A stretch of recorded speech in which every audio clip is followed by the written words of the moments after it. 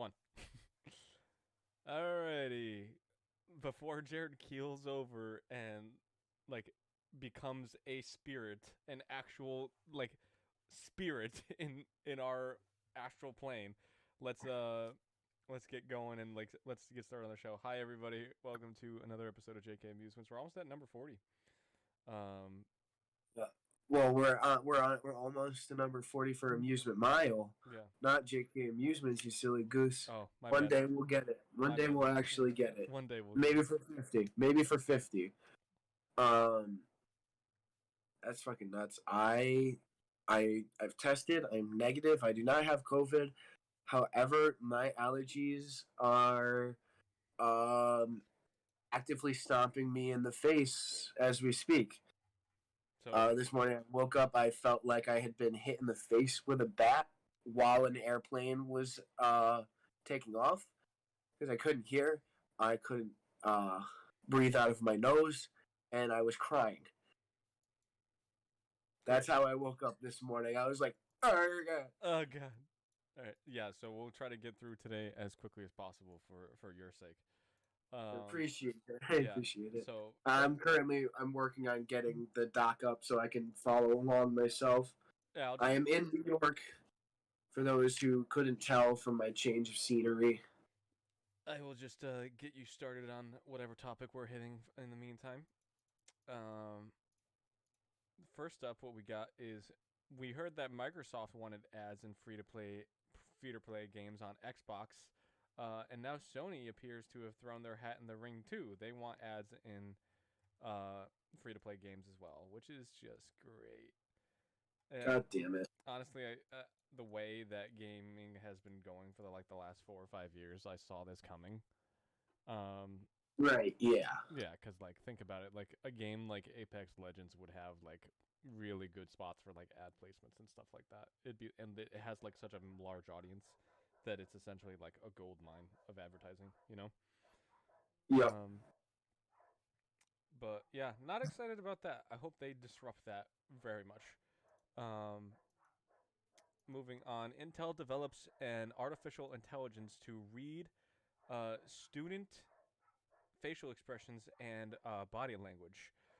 This is used to gauge a student's emotional state and to sort of see if they can continue with the lesson. This is intended to be used for remote schooling on platforms such as Zoom. Um, It can be used to classify students' body language and facial expressions, whenever digital classes are held through video conferencing applications. Um, the software makes use of students' video streams, which it feeds AI uh, engines alongside contextual real-time information that allows it to classify students' understanding of the subject matter. So basically, this AI can snitch on a student to whether they're paying attention in class or whether they even know what the teacher is talking about. Wow. Who thought this was a good idea? We're really getting towards 1984. Yeah, we're really, but it's the kids that are gonna have their rights taken away first, which I think is very interesting. Yeah, because then they can grow up into it and it's not as bad. Yeah, right. It's always the kids, Kevin. I hate it here. It's awful. I hate it here. I hope a lot of things, but I hope that this doesn't happen. Moving on. Game Boy Advance and Game Boy emulators for the Nintendo Switch have leaked onto 4chan. Obviously, where else would it leak? Right. Yep. Legendary Anonymous at 4chans have made it possible for Game Boy and Game Boy Advance emulators ROM files to leak onto the Switch's firmware suite, and Nintendo is just taking one beating after another with this one, it seems. But in this bit, I bet it's deserved because Nintendo is only like, yeah, you guys can play our retro games, but only a select few, only the most popular ones, and you pay us a monthly fee for it. So yeah.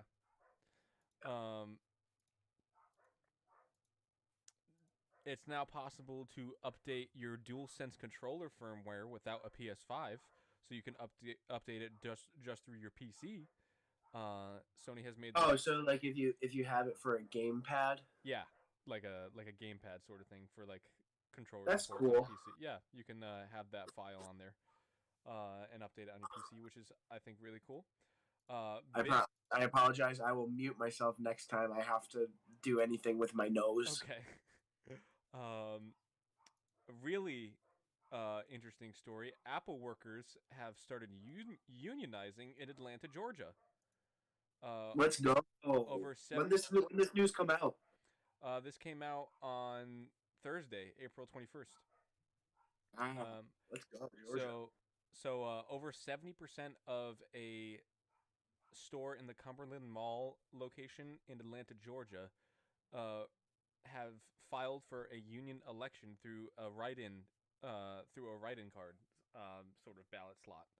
Uh, I think that's really great, and I hope that the Apple Store there unionizes because that's going to be used as a precedent um, Yeah, going forward. Did you hear about the Amazon warehouse in New York? That's the first I was ever about to. Amazon I was location. about to say they just unionized the warehouse of Amazon too. Like these are good trends. I Mm-hmm. like to see this. Yeah, and that Amazon warehouse was an even bigger deal because there was a like it was the first time the company had a single union location in the entire company's history.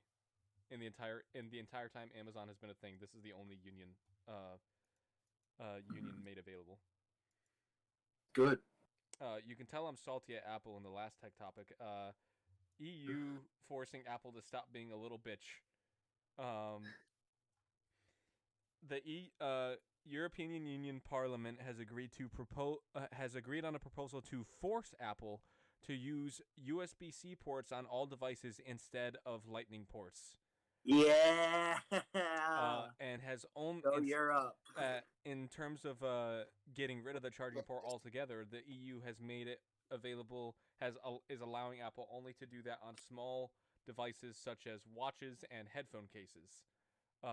That are those are the only ones that they can propose to go wireless on. Yeah. Right. Yeah. So it looks like at least in the we'll see if this takes form, but it looks like at least in Europe, Apple may be forced to sort of construct USB-C for maybe the iPhone 15 because you know that it's not in the gonna be in the cards Yeah. for the iPhone 14 because that's already being produced. That's already in mass Yeah. production. You know, Yeah. but iPhone 15 they might add that. But I think that's a really big deal. I hope that takes form in the States too. Now I know you haven't played Horizon Forbidden West to completion yet, but I am afraid I must spoil a minor story beat for you. I Uh, can also just not listen to you.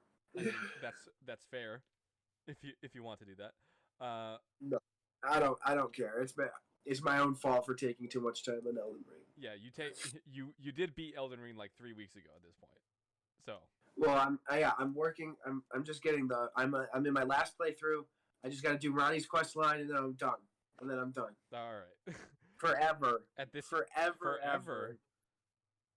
you don't think you're ever gonna go back to it I may just for like ha-has, but like ever like a I full after this complete I'll have every playthrough again? achievement. There's no practical reason for me to go back besides I want to play Elden Ring again. Besides like just mess around and stuff. Um, so for Horizon Forbidden West, there are events that happen at the end of the game that set up a sequel. Which this is what I was talking about. Like the last time we were talking about this, I In the can't car on the way home from the movie, yeah. like I literally can't tell you anything. Um, but like the one thing I will say is I was right, and the thing I was right about is, uh, this is a trilogy.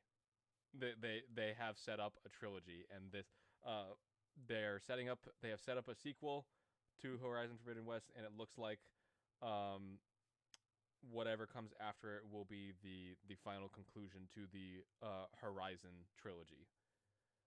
Fuck yeah. Which I think is Love to hear it. which I Love to hear it. which I think is very cool. We don't get enough trilogies anymore these days. Like either stuff is just a one-off game, or like it goes on for like 10 entries or more. Like it's way too long. Like we need those sweet spot games. Like that's why I love Mass Effect so much because like it knew where it needed to end. You know? Yeah, and more recently, as i.e. in the future, we're having the duology of the God of War games. Yeah, the God of War, like the new series of the Norse saga. And I think that like that's so that we have sort of like moved on in the gaming medium from like the traditional trilogy model, but like I don't know why it was working so well. Like I know at the time, it was a Bioshock trilogy because you had Bioshock 1, 2, and then Infinite. And I know technically that's not true anymore because they are making Bioshock 4. But like, it was so long ago that Infinite came out, it feels like a trilogy. It feels like Yeah, Infinite was the final conclusion. it's like how it's the original God of War is a trilogy as well, and it's been so long, it still feels like its own trilogy, and this is separate in the universe. Because you can have, uh, I suppose you can have multiple trilogies if you want to with a certain series, but like make them self-contained, like the Yeah, first three Bioshock games, you know, or yeah, the first three God of War games. Like uh they're the old God of War games are connected to the new one, but it's somewhat. completely different themes. Yeah, It's Greek gods, and this is Norse. yeah, totally. It feels totally different. Other than some story beats, there's like no connection between the two. Yeah, Moving on. Crypto games seem to be in the works at Square Enix. Square Enix president Yosuke Matsuda has shared his interest in making blockchain games, specifically creating games that give players NFTs. And I'm just like, why? Games that give players NFTs or the ability to earn crypto while they play. I was just like, why? Why? uh, so Kingdom Hearts 4 is going to be a crypto game. Maybe it's possible, or at least a mobile game. Cringe. Cringe, very cringe. No More Heroes 3 is getting a multi-platform release rather than just being on the Switch. The multi-platform release is unscheduled, but it is scheduled for the fall of 2022. So I believe that is Q3 to Q4 2022. So I'm excited about that. Jason Momoa is reportedly in talks to star in a Minecraft movie. And I'm just like, is he gonna be Minecraft Steve? I don't know. Like, what's the even point? I guess it's like fighting the Ender Dragon or some shit. But I don't know. Minecraft um, movie, I just don't know understand how they could do that and it be well. yeah, for a while, Rob McElhenley from Always Sunny in Philadelphia, the guy who plays Mac, he was pegged to write to direct it for a while. I don't know who it is anymore, but it was him for a while. I don't know what the hell the plot is gonna look like for that. Um, Crazy Taxi and Jet Set Radio reboots seem to be in the works, and Oh, these beautiful! are reportedly big budget remakes as well. Like Oh, beautiful! Sega is reportedly going in uh, on full remakes of both of the classic games, and I am very excited about that because particularly Jet Set Radio was so good. I was about to say the soundtrack is unmatched. Jet Set Radio soundtrack is so fucking good. It's amazing. Crazy Taxi also got like many review sites gave it 9 out of 10 or perfect scores altogether because it was just like dating back to the original Dreamcast. Those were like two Titan games that were so underrated. Yeah, dude. I can't wait to see remakes of those. I hope they come out. Xenoblade Chronicles 3 has a release date. I've never played any of the Xenoblade games, the Chronicles games, but like I have a very strong interest in doing it at some point. Yeah, that's that. Those are the games with Shulk, right? I think so. Um, I think all I know is that Mithra and Pyra are in two, yeah, because that's the horny one. It's the like horn, the weeb not bait, kidding. the weeb bait. Correct. It's the one that the weebs are like, yeah, Xenoblade Chronicles 2. Um, Just, so the release date is exclusive to the Nintendo Switch, and it is coming out July 29th this year. Pretty cool. work. Yeah. Uh, we have news of Amy Hennig, who is already producing an untitled Marvel superhero project, who apparently has never been given a video game adaptation before. Amy Hennig is also working on an untitled Star Wars video game as in addition to that. So Speaking of on Untitled Star Wars properties, Taika Waititi is directing a unnamed Star Wars either series or movie. We're not sure, but I'm assuming a movie with his success through Disney with Thor Ragnarok and the soon to be Thor Love and Thunder. I'm assuming. I'm assuming that's what it is. Speaking of, the Thor Love and Thunder trailer came out this week. Oh my god, That it was was very so good. good. Speaking of that, going off of that, Jane Foster's Thor is coming to Marvel's Avengers as a free character, I believe. Which is Nice. nice. I just don't care that much about Marvel's Avengers. Like the whole live service thing, like games should end. That's hot take. Games should end. Games need an You ending. should end, he says. Okay. Games should end. Sonic Fair. Sonic Origins has a release date. The Sonic Origins remaster collection includes a collection of Sonic the Hedgehog 1, 2, 3, Knuckles, and Sonic CD. All of these will be digitally remastered for current platforms, so this is a digital-only remaster collection. It is coming out on Sonic's birthday, which is June 23rd, 2022. I did not know that. That's very bizarre how close his birthday is to mine. Extremely close. But yeah, launching on all major platforms for $39.99 on June 23rd. Damn. Maybe you could speak to this a little more than I can, but Kim Kardashian has recently threatened to sue Roblox over a fake sex tape of her in the game because her son was playing Roblox. He reportedly saw the fake sex tape, and then she got mad about it. I'm gonna break it to you right now, Kevin. It's not a fake sex tape. Oh, it's not? It was her sex tape with Ray J from like the 2010s. Really? Yeah, no, it was an advertisement for that in Roblox that her child saw. Yeah, she apparently got very mad about it. She has Understandably. She has a direct quote that she said to the outlet who was reporting it, which is Polygon. She told Polygon, "I have all the time, all the money, and all the resources to burn them all to the fucking ground." And I'm just like, wow. Is Hollywood going to destroy Roblox? What if Hollywood and Roblox get in a war? I mean, I feel like that's sort of like hypocritical on her part because it's fairly obvious at this point. I mean, we can't prove this, but like it seems obvious at this point that it was very much an intentional leak for that to happen. You know?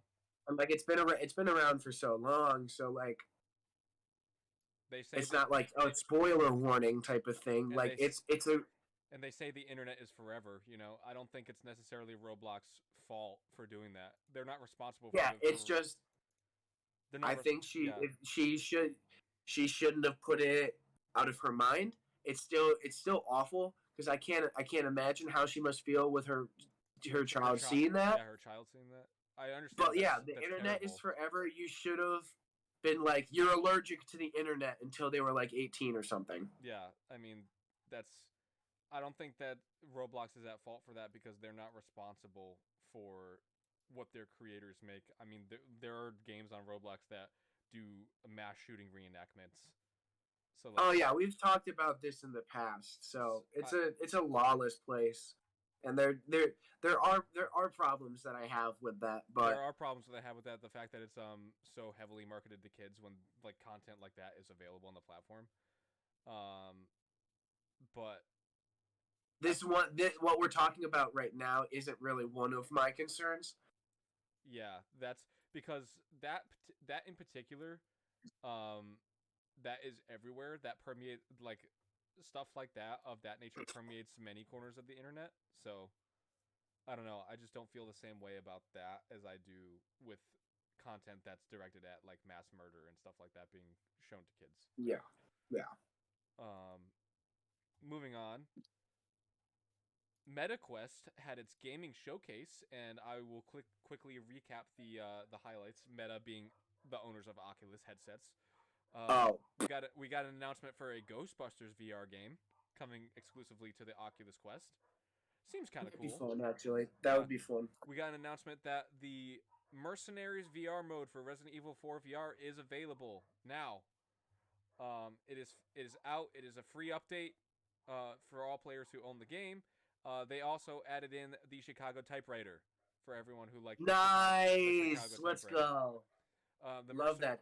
the Mercenaries mode on VR has some made for VR treats, including Big Head mode, black and white classic horror mode, and golden skins for all weapons. Oh shit. Okay. The unlocks will also be made to work in the main campaign, in addition to Mercenaries mode as well. The Walking Dead Saints and Sinners is getting a sequel. The Walking Dead Saints and Sinners Chapter 2. Okay. Chapter 2 Retribution brings you back to New Orleans to face a, quote, bloodthirsty threat. We are getting NFL Pro ERA, which is the first officially licensed VR NFL game. Seems interesting. Never tried a sport VR game before. We're getting Moss Book 2.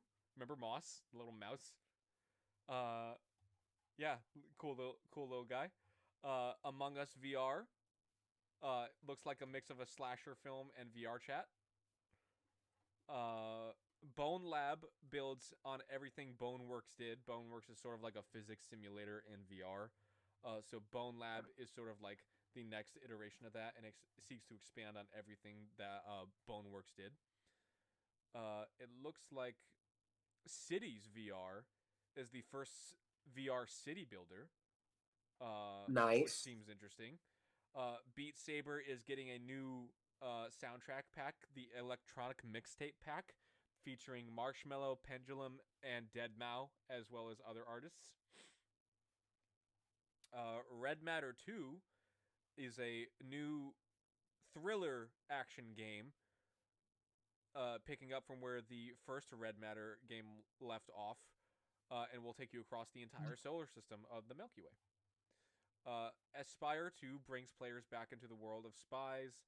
This time they can bring a friend with them, so that's a sequel to the first Aspire, spelled Espire.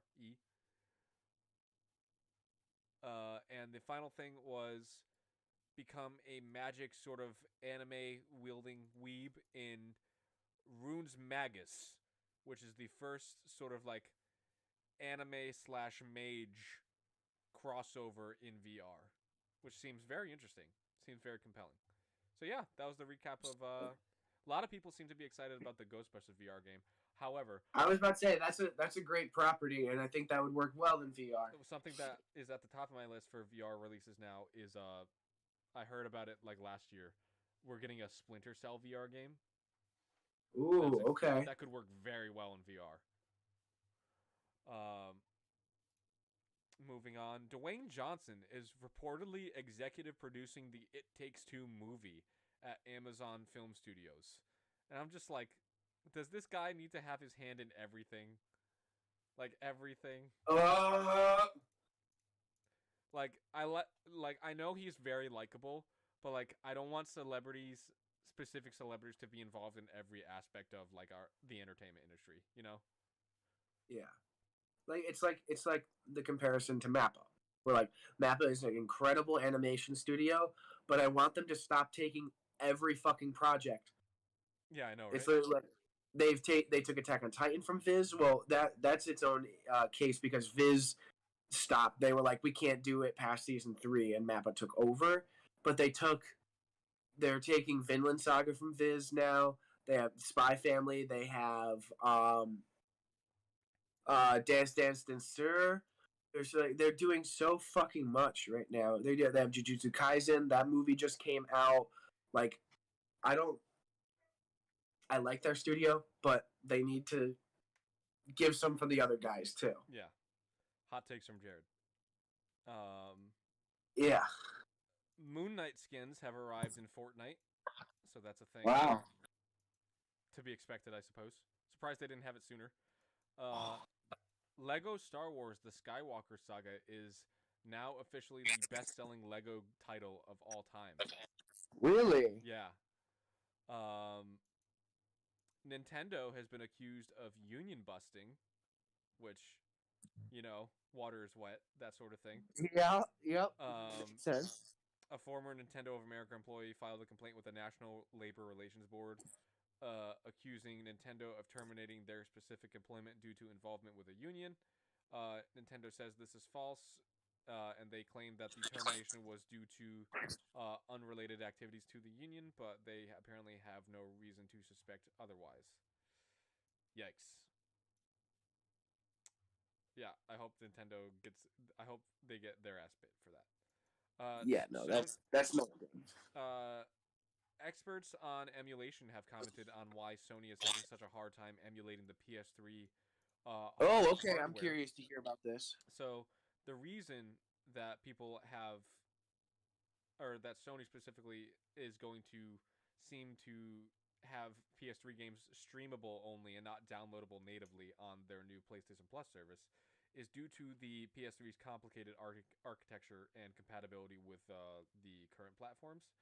Uh, I don't know if Okay, it's what we've already heard before, but I still don't understand it. I don't know if you remember at the time, but it was a big controversy, like when Sony was first working with developers that were developing exclusively for the PS3, and many developers commented that it was ludicrously complicated to code Oh, okay.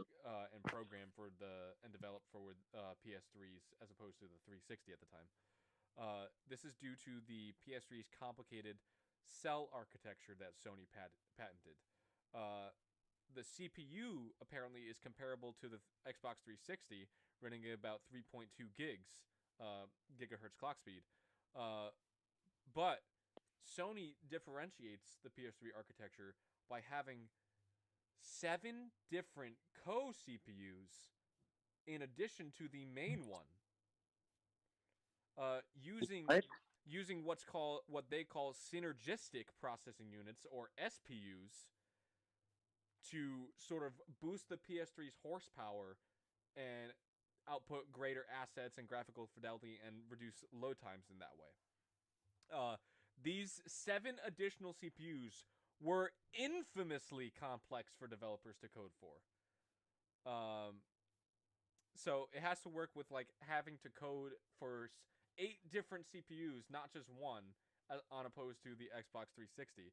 The processor's setup allowed the central power element, or the central power processing element, the PPE, to offload code to extra cores, meaning that it would the extra cores, the SPUs, would handle mathematical calculations in an easier way, such as handling stuff like physical simulations like collisions, clothing physics, and particle physics, as well as lighting and stuff like that. It was very good for that, but most developers didn't do a good job of it because of how complicated it was to do successfully. Gotcha. That's the first time I've actually understood. Like, I've heard so many times, like, the PS3 was hard to code. Like, it was a hard nut to crack, and now I actually understand why. So that's really cool. Imagine, like, instead of coding for an architecture that had just one CPU, it has 8 simultaneous CPUs all coding at the same time. And granted, the data bus that the PS3 had is actually larger than the PS5's. The PS3 data bus was 128 bits per second, and the PS5's is only half that. So that's another big reason. The PS3 was able to transfer data to its own cache of memory faster than the PS5 can, at almost double the speed, or at literally double the speed. So that's another reason that they're having trouble getting PS3 games to work on the PS5, because they are working with literally half the resources that the PS3 had. It's nuts. Yeah, it was actually, the PS3 was actually a marvel of gaming hardware at the time for how complicated it could get. It's admirable in a way what they were able to do at the time back in 2006 when it came out. It's admirable at the time. But if you're going for ease of access and you want as many games to be available on your console as possible, that was not the way to do it, because that was a ludicrously complex way for developers to code their games. So yeah, that's in a nutshell. That's why Sony looks like they're going to be streaming PS3 games only and not having them be downloaded natively on PS4. Gotcha. So yeah, Gotcha. now you know why the PS3 is Now you know. so complicated, you know. But it's still one of my favorite consoles, honestly. Despite all that, it was still a fun time for me. Which is also why it was a bit controversial for Sony to release it at a price of $600 at the time, because it was actually complicated. Turns out it's way more expensive to put 8 CPUs in something than just one. Yeah, fair. Moving on, a new Tales from the Borderlands game is coming from Gearbox Games. It appears to be a collaboration between Gearbox Games and Telltale Games, the new revitalized Telltale. Okay. So if you've never played the first Tales of the Borderlands, if you're tired of the Borderlands formula, it's a nice sort of like departure from it. And if you don't like the sort of looter shooting mechanics of it, and you just like the writing and the humor of it, this is exactly the type of game for you. So I urge you, if you haven't played Tales from the Borderlands, to go do it. I think it's like $10 right now. Okay. Yeah, I'll look into it. Definitely worth a shot. It's like a 8-hour game, I would say. But yeah, definitely worth the time. We talked a bit about the Bloodborne remake made for the PS1 graphics engine, but now it appears that an Elden Ring remake is being made on the Game Boy engine. I saw this, yeah. It looks really cool. Like the way that dungeons are formed and the way that they're sort of coding stuff like that. It's reminiscent of sort of Pokemon, but like I was about to say it looks like it could be a Pokemon. It looks like it could sort of be a Pokemon game. And like how they do the rolling, like press A to roll, like it looks really cool. It looks really cool like that. I haven't seen the video. I've only seen screenshots. I'll have to look into that. Yeah. I'm gonna paste in the chat. The link to the video, if you guys want to take a look at that. But yeah, it's really interesting. I like it a lot. Also, final gaming topic of the day. God of War Ragnarok is reconfirmed to be coming 100% in 2022. So this will not be suffering a delay. It is 100%. Literally, I was just talking about this last night, and we were like, it's getting close where we like can't really see it coming out in 2022, like Q1 23. This is huge. Yeah, I'll let people know. Santa Monica Studio has said that it is 100% coming in 2022, and there's no chance that it is coming in 2023. Oh, that's nuts. Which you love to hear that, you know. Now I can venture to the astral plane in peace. I know, right? All right, Jared's about to pass out, so I don't mean to seem lax. I laid down because my temples are starting to hurt a little bit, so I'm gonna take an Advil and take like a 20-minute nap after we get done with stream before I have to do stuff for the night. Understood. So I'll get you guys out of here with what to watch /play, and then we'll see you guys next week. And we had a shorter stream this week, but we'll be right back with our regularly scheduled programming next week. Yeah. On Friday at 3. So for games, for what to watch /play, this past week we have Postal 4 No Regrets is out on PC. No shit. Yeah, Postal 4 is out. Star Wars: The Force Unleashed has been ported to the Nintendo Switch. Yeah. Chernobylite has got its next-gen console versions out on PS5 and Xbox Series X and S. Okay. That's pretty good. Lila's Sky Arc is out on PC and Nintendo Switch. It's an action-adventure game from Monolith of Minds. Blue Mote, The Master Mote Chronicles is out on PC, Nintendo Switch, PS4, Xbox One. And that's it. It's from Lumina Awesome Games, published by Wired Productions. Pocky and Rocky Reshrined appears to be a remaster of Pocky and Rocky coming out on PS4 and Nintendo Switch. Oh, Yomawari 3 is out on Nintendo Switch and PS4. It appears to be a Japanese survival horror title. And the big one for this okay. week, something that I'm excited about, is Teardown finally has its 1.0 release. Is out on PC exclusively. It is if you don't know what Teardown is, it's sort of like a physics simulator slash heist game. It's so good. Like the amount of like detail they're able to crack into like destroying a building or like creating some sort of particle destruction physics, it's amazing. You have never been able to destroy something in a game to the level that you can in Teardown. It's in the name. Like you literally tear down something like to its simplest form. It's so great. You should look into it. It's on Steam. I think it's $20.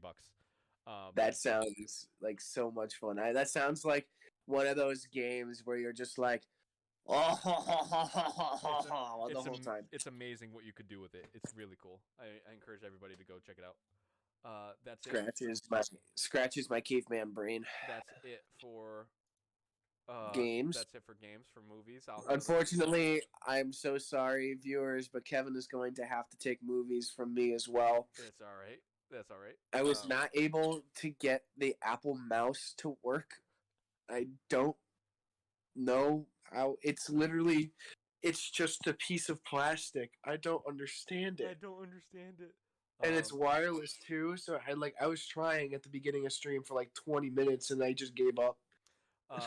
NJPW Windy City Riot has come out. Onyx the Fortuous and the Talisman of Souls is out. Seems to be an animated sort of like demon sort of game or game movie. Cypress Hill Insane in the Brain is out.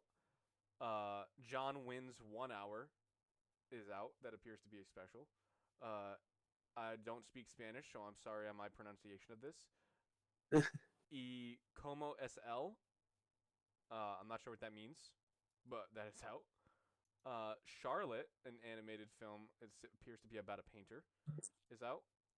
The Northman is out. You were telling me about it. Yeah, those in chat, I did just see Northman last night. Very good. I have one of my friends works in the movie industry, and he was saying it's his least favorite Robert Eggers film, but they're all fucking great because the other ones are The Witch and The Lighthouse, which are they're both very avant-garde. I can't say I'd recommend seeing it. It was the scale was huge, $60 million, and they filmed it in like Russia, Iceland, and one more place in between there. But I say when it comes to streaming, wait for subtitles because it's very hard to like. Robert Eggers likes his thick accents in movies. Yeah. Sometimes it was hard to tell what was being said. Yeah. But I really enjoyed the movie. It was very well done. The themes were very cool. Yeah. Very good. We have an animated film from DreamWorks, which is the bad guys. Oh, the bad guys. Yep. Okay. Yeah, I knew that about that one. Appears to be an animated sort of animal crime film, I guess. Yes. And it's the gaining of conscience where we're just like, we don't want to be bad guys anymore type of thing. Yeah. So the bad guys try to be good. Standard movie TV trope. Yep. Marvelous and the Black Hole is out. I'm not quite sure. What the fuck is that? Marvelous and the Black Hole. A teenage delinquent befriends a surly magician who helps her navigate her inner demons and dysfunctional family with sleight of hand magic. I did not think that's what that was. No. Appears to be animated. We're All Going to the World's Fair is out. I don't wanna. Escaping into an elaborate online game, a shy teenager begins to lose her grip on reality. I don't like that. Oh, I'm very curious. That movie, that's the We're All Going to the World's Fair? Yeah. Okay. Yeah, check the doc later if you want to take a look at it. Okay. And finally, the big release that we are unfortunately unable to see together, but we will see next week. We are so excited to see it. Nicolas Cage in the unbearable weight of a massive talent. It looks so good. Currently has a nearly unprecedented score of 100% on Rotten Tomatoes. Yes, No dude. one doesn't like this movie. Yes. Absolutely Nick no Cage. one doesn't like this movie. I'm so stoked. I love it. I'm so excited to go see it next week with you.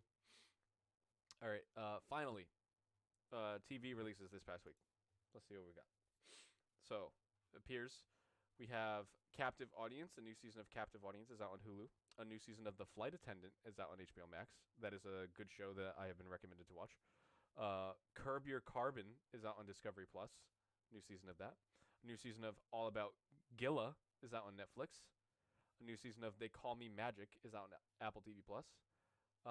Long Game Bigger Than Basketball, a new season of that is out on Apple TV Plus. Explore The Last Tapui is out on Disney Plus. Yeah, Disney Plus. The Biggest Little Farm, The Return is out on Disney Plus. The Trick, a special, is out on PBS. Heartstopper, a new season of Heartstopper is out on Netflix. A new season of The 7 Lives of Leah is out on Netflix. A new season of Hold Tight is out on Netflix. A new season of Pretty Hard Cases is out on IMDb TV. A new season of That's a thing? yeah. It's everything is a thing. Everything exists, don't you know? Unraveled Once a Killer, a new season of that is on Discovery Plus. And finally, a special, Unraveled Toxic Testimony, is out on a network called ID. I don't know what that is. I've never heard of ID. Never heard of that network. Neither have I. Sorry if you were interested in watching that. Unraveled Toxic Testimony. I'm not sure where to watch it. It's on the ID network. But yeah, that appears to be the whole show for you guys today. Sorry about the shorter show, but Jared his health is important, so I want him to stay alive. But my health is important, but I also I still wanted to have it this week, so I just did not think I would wake up and feel clogged everywhere. Yeah, and clogged in places you shouldn't be. Yes. But we all appreciate you making the effort and taking the time, even though you are half conscious right now. No, I'm working on it. Working on it. All right. So we both will see you next week on Friday, our usual 3:00 time, same channel. Yes, sir. Bye-bye.